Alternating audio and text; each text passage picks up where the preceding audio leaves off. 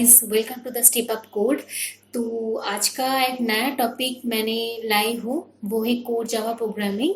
Actually ये core Java programming किस लिए आया है, वह कोर जावा क्या है, वो बेसिक क्लास हम थोड़ा सिखाएंगे, मतलब करवाएंगे।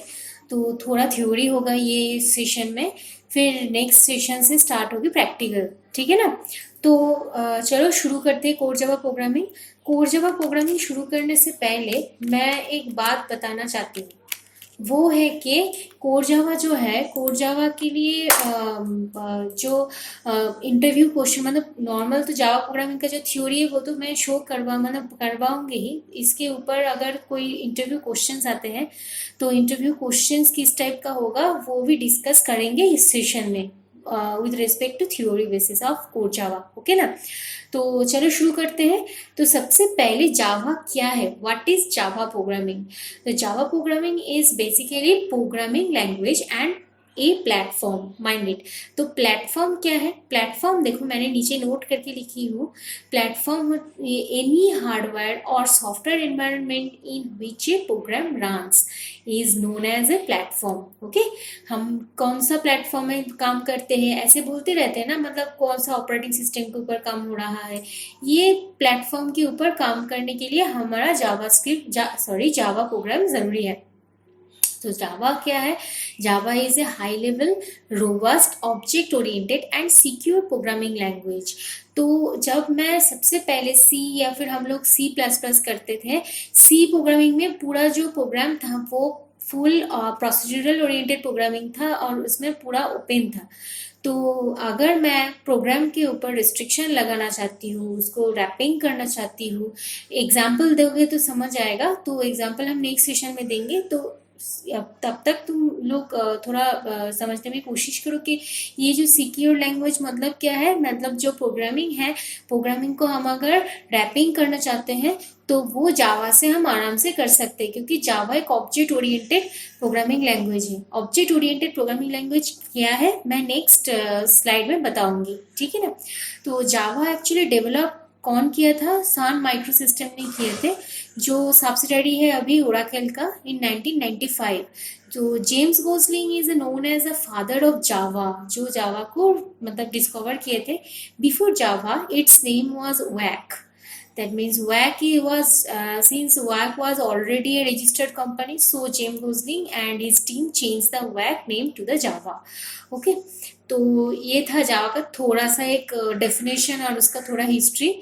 तो अगर नया स्लाइड में जाओगे तो देखोगे अभी ऊप्स के ऊपर थोड़ा डिस्क्रिप्शन रहेगा। तो बेसिक कॉन्सेप्ट ऑफ ऊप्स क्या है, बेसिक कॉन्सेप्ट ऑफ ऊप्स मतलब है object, class, inheritance, polymorphism, abstraction and encapsulation. ये जो 6 टॉपिक है, मतलब ये जो 6 टॉपिक के ऊपर हम इन फ्यूचर डिस्कस करेंगे, हर एक के ऊपर हम इंडिविजुअल में क्लास देंगे। ये जो ऑब्जेक्ट, क्लास, इनहेरिटेंस, पॉलीमॉर्फिज्म, ये है main part of the object oriented programming language. ये इंटरव्यू में भी पूछना होता है कि tell me the basic concept of OOPs. तो अगर ये क्वेश्चन होगा तो तुम लोग ये 6 ऑप्शन को बोलना। ठीक है ना। तो नेक्स्ट जो स्लाइड है इसमें देखो फीचर्स ऑफ जावा मैंने लिखी हूँ। तो फीचर्स ऑफ जावा में देखो बहुत सारे जावा का फीचर्स है, जैसे कि जावा सिंपल है, ऑब्जेक्ट ओरिएंटेड है, पोर्टेबल है, मतलब छोटा जो प्रोग्राम है उसके ऊपर ही हमारा काम हो जाएगा, पोर्टेबल है, प्लेटफॉर्म इंडिपेंडेंट है, secure, robust, architectural neutral and interpreted, high performance, multi threaded है मल्टी प्रोसेस को एक साथ तुम रन करवाना चाहते हो तो वो मल्टी थ्रेडेड हुआ। डिस्ट्रीब्यूटेड है, मतलब तुम एक सर्वर में, सपोज तुम्हारा पीसी जो है वो डिस्ट्रीब्यूटेड सिस्टम में अगर कनेक्टेड हो तो तुम डिस्ट्रीब्यूटेड सिस्टम से भी जावा का कंटेंट फेच कर सकते हो। या और है डायनामिक। तो एक एक करके हर एक के ऊपर हम जब प्रोग्राम करवाएंगे तो हर एक का ये जो फीचर्स है, ये फीचर्स को एक एक करके बताते रहेंगे। तो सबसे पहले जो प्लेटफॉर्म इंडिपेंडेंट है, ये एक इंटरव्यू क्वेश्चन आते हैं कि why Java is called platform independent. तो जावा क्यों प्लेटफॉर्म इंडिपेंडेंट है वो हम बाद में डिस्कस करेंगे। तो अभी जो नेक्स्ट सेशन है वो है कंपाइलर एंड इंटरप्रेटर के ऊपर डिफरेंस। क्यों सिखाऊंगी मैं कंपाइलर और इंटरप्रेटर के ऊपर डिफरेंस, क्योंकि ये जो कंपाइलर और इंटरप्रेटर है ये पूरा जितना भी तुम प्रोग्राम करते हो ये पूरा depends on platform with respect to compiler and interpreter. तो कंपाइलर क्या करते हैं, कंपाइलर भी हाई लेवल लैंग्वेज से मशीन लेवल लैंग्वेज में पूरा जो कंटेंट मतलब जो तुम्हारा प्रोग्रामिंग है वो सोर्स कोड को कन्वर्ट करते हैं, और इंटरप्रेटर भी क्या करते हैं, हाई लेवल लैंग्वेज से मशीन लेवल लैंग्वेज में कन्वर्ट करते हैं। पर डिफरेंस ये है कि हाई लेवल कंपाइलर क्या करते हैं, देखो the compiler sees the entire code up front, मतलब पूरा प्रोग्राम को पहले वो चेक करेगा, hence they perform lots of optimizations and that make code run faster. अगर इंटरप्रेटर क्या करते हैं, sees code line by line and thus optimizations are not as robust as compilers. मतलब सपोज कंपाइलर क्या करते हैं, एक प्रोग्राम में कभी एक सिंटैक्टिकल एरर हुआ तो कंपाइलर पूरा प्रोग्राम को देख के पूरा लिस्ट देकर बता देगी कि इस लाइन में ये एरर है, इस लाइन में ये एरर है, ऐसे करके शो कर देगी। बट इंटरप्रेटर क्या करते हैं, interpreter line by line check करते हैं। सपोज एक लाइन में कोई एरर हुआ, वो लाइन जब तक तुम करेक्ट नहीं करोगे तब तक वो कंट्रोल उस लाइन में ही पड़ा रहेगा। अगर जब तक उसको तुमने ठीक करोगे तब वो नेक्स्ट लाइन एग्जीक्यूट करने के लिए प्रिपेयर होगा। तो इससे क्या पता चलता है, compiler is faster than interpreter, ठीक है ना। और वो क्या करते हैं, compiler store machine language as machine code on the disk, but interpreter क्या करते हैं, not saving machine code at all. Okay ना, ये है कंपाइलर और इंटरप्रेटर के अंदर डिफरेंस। तो नेक्स्ट स्लाइड में देखो क्या आएगा, जेवीएम। एक चीज ध्यान में रखना जरूरी है, जावा का जो मेन तीन पार्ट है, जो जावा पूरा जावा वो तीन पार्ट के ऊपर डिपेंड करता है। एक है JVM, second one is a JRE, third one is a JDK. तो पहले इसीलिए जेवीएम के ऊपर हम डिस्कस करेंगे, फिर जेआरई, फिर जेडीके। तो JVM क्या है, JVM is a Java virtual machine. Java virtual machine is an abstract machine. It is called a virtual machine because it doesn't physically exist. मतलब तुम जावा का सॉफ्टवेयर पहले इंस्टॉल करोगे, तो इंस्टॉल करने के बाद वो क्या करते हैं, JVM को इंस्टॉल कर देगा, मतलब वर्चुअल मशीन को इंस्टॉल करेगा। ये वर्चुअली स्टोर रहते हैं, जिसमें क्या होता है, इट इज देखो specifications that provides a run time environment, मतलब जहाँ पर तुम प्रोग्राम को लिख सकते हो और वो कंटेंट, वो जो प्रोग्राम है वो रन होता है। तो इसीलिए रन टाइम एनवायरनमेंट प्रोवाइड करते हैं कौन ना, JVM, in which Java byte code can be executed. ये बाइट कोड क्या है मैं बाद में नेक्स्ट स्लाइड में बताऊंगी। It can also run those programs which are written in other languages and compiled to the Java byte code. तो मतलब क्या है, ये जो मैंने प्रीवियस स्लाइड में बताया था कि ये जो कंपाइलर है या फिर इंटरप्रेटर है वो क्या करते हैं, पूरा जो सोर्स कोड है वो किस में कन्वर्ट करते हैं, मशीन कोड में कन्वर्ट करते हैं। मतलब जो सिस्टम आइडेंटिफाई कर सके कि ये प्रोग्राम क्या है, कैसे इसका एग्जीक्यूट होता है, मतलब easy to understand for the machine. तो इसीलिए बाइट कोड जनरेट होता है। बाइट कोड क्या करते हैं, मशीन आइडेंटिफाई करता है कि प्रोग्राम क्या लिखा है, उसका कॉरस्पॉन्डिंग क्या आउटपुट होना चाहिए, ये सारे रीड करके करते हैं। तो JVMs are available for many hardware and software platform. Of course, JVM, JRE and JDK are platform dependent. ये ध्यान में रखना जरूरी है, क्योंकि देखो तुम्हारा पीसी में सपोज विंडोज 10 है या फिर विंडोज 8 है, उसके लिए JVM का जो सॉफ्टवेयर है, JDK जो सॉफ्टवेयर जावा का है वो अलग है। तुम लिनक्स प्लेटफॉर्म में काम करोगे तो उसके लिए अलग होगा, या फिर तुम मैक ओएस में काम करोगे तो उसके लिए अलग। तो अलग अलग के ऊपर डिपेंड करके JVM बनता है।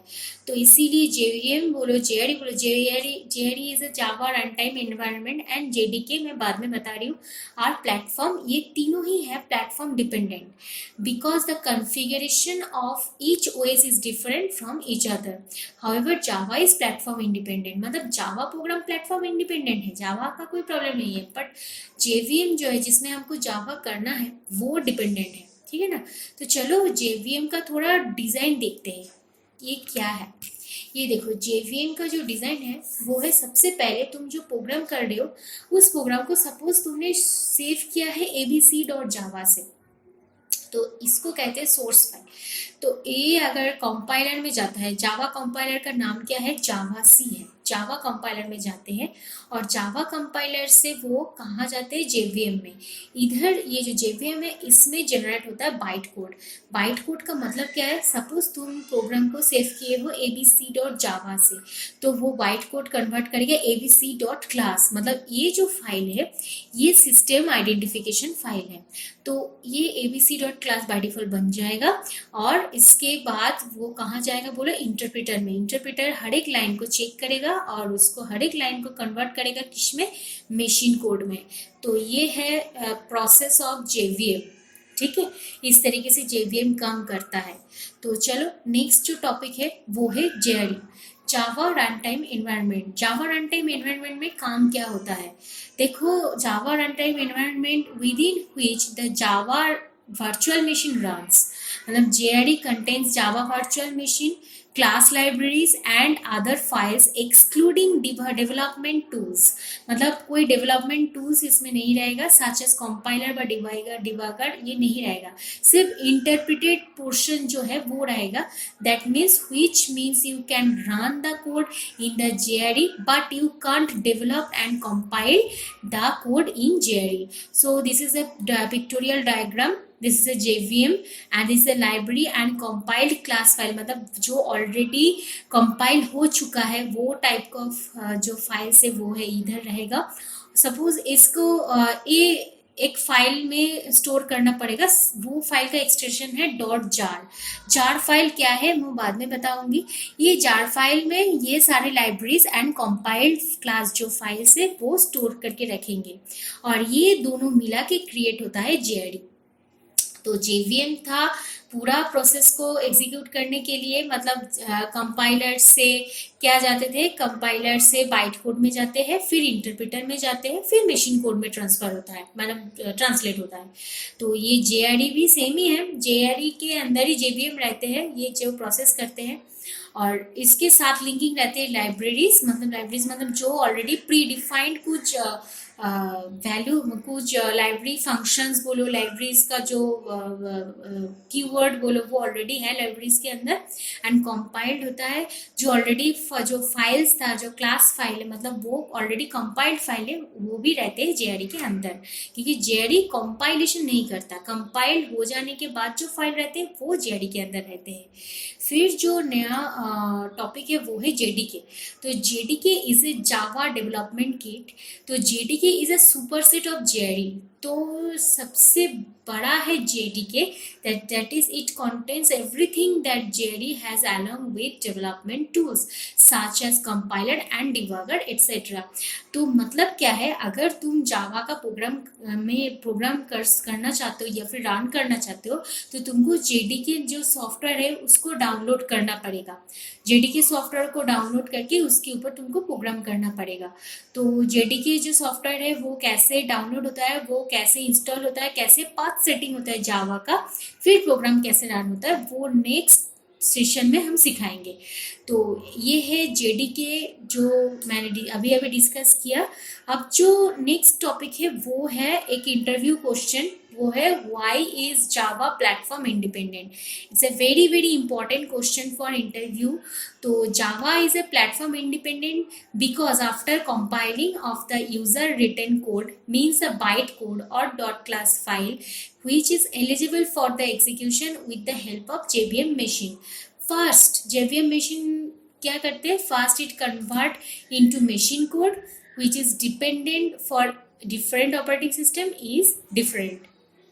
तो ये है, इसीलिए जावा को बोलते हैं प्लेटफॉर्म इंडिपेंडेंट, क्योंकि जेवीएम अगर इंस्टॉल हो गया है तुम्हारा मशीन में तो जावा तुम्हारा मशीन या फिर दूसरे मशीन में जेवीएम इंस्टॉल है तो जावा प्रोग्राम तुम तुम्हारे पीसी में भी रन कर सकते हो और वो जो डॉट क्लास फाइल जनरेट होता है वो फाइल को तुमने दूसरे पीसी जहाँ पर जेवीएम इंस्टॉल है वहाँ पर भी तुम एग्जीक्यूट कर सकते हो विदाउट गिव द कोड, ठीक है ना। तो ये था जावा का एक बेसिक सेशन जिसमें कुछ इम्पोर्टेंट क्वेश्चंस के रिलेटेड भी मैंने डिस्कस किया कि ये क्वेश्चन इंटरव्यू में आ सकते हैं। तो ये था बेसिक कॉन्सेप्ट, थोड़ा स्टडी कर सकते हो ये जावा के ऊपर जो बेसिक नॉलेज होगा गैदरिंग। तो नेक्स्ट जो टॉपिक आएगा जिसमें जावा के ऊपर हम पाथ सेटिंग करना सिखाएंगे और सॉफ्टवेयर इंस्टॉल करके वो प्रोग्राम रन करवाना सिखाएंगे, ठीक है ना। तो अगर ये पसंद आए तो लाइक करो, शेयर करो, सब्सक्राइब ज़रूर करो, ठीक है ना। तब तक के लिए गुड बाय।